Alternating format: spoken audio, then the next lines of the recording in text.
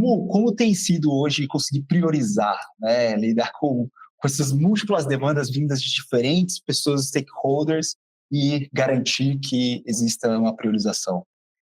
Eu acho que o principal desafio aqui, a minha analogia para isso é um jogo de xadrezes, porque não vai existir um momento que seja e que o valor que seja atribuído, o esforço que seja atribuído, ele vai ser de verdade.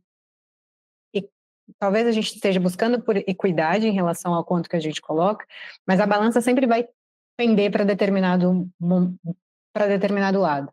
E eu acho que isso vai muito do, primeiro, o apetite a risco da organização, porque quando a gente está falando de um produto que ele está ali no momento de validação, que a gente ainda não chegou em scale-up, então estou tentando criar conexão com o meu usuário, eu não estou muito preocupado com alguns débitos técnicos, sabe?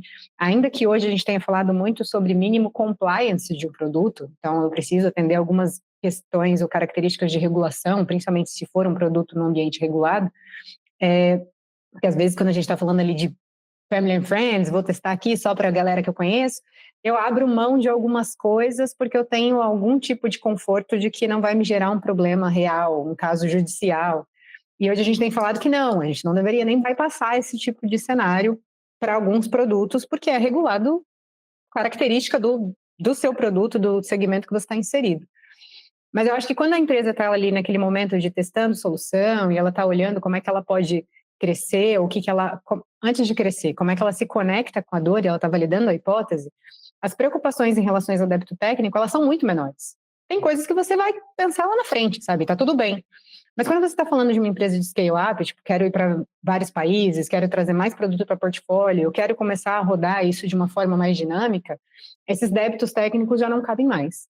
Então, eu acho que essa balança, ela sempre vai acabar sofrendo algum tipo de variação, pensando no modelo e apetite, no modelo de risco que a empresa está ali disposta a seguir, e no tempo e no momento em que a organização está.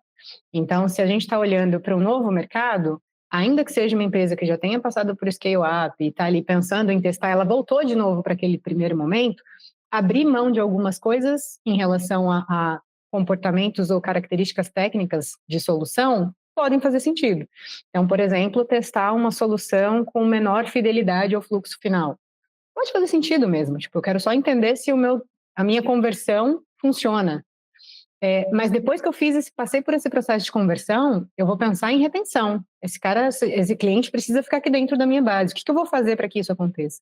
Então, eu acho que essa complexidade da gente tentar entender quando que a gente investe em inovação e quando que a gente investe em manutenção do que a gente já tem dentro de casa, tem que estar muito conectado com a estratégia organizacional. Então, qual é o momento que a gente está e o que a gente espera? O que a gente, como organização, de fato, tem como objetivo para este período? Então, este período é momento de escalar produto, então, pensar em sustentação e manutenção é mais importante do que pensar na minha pluralização de portfólio.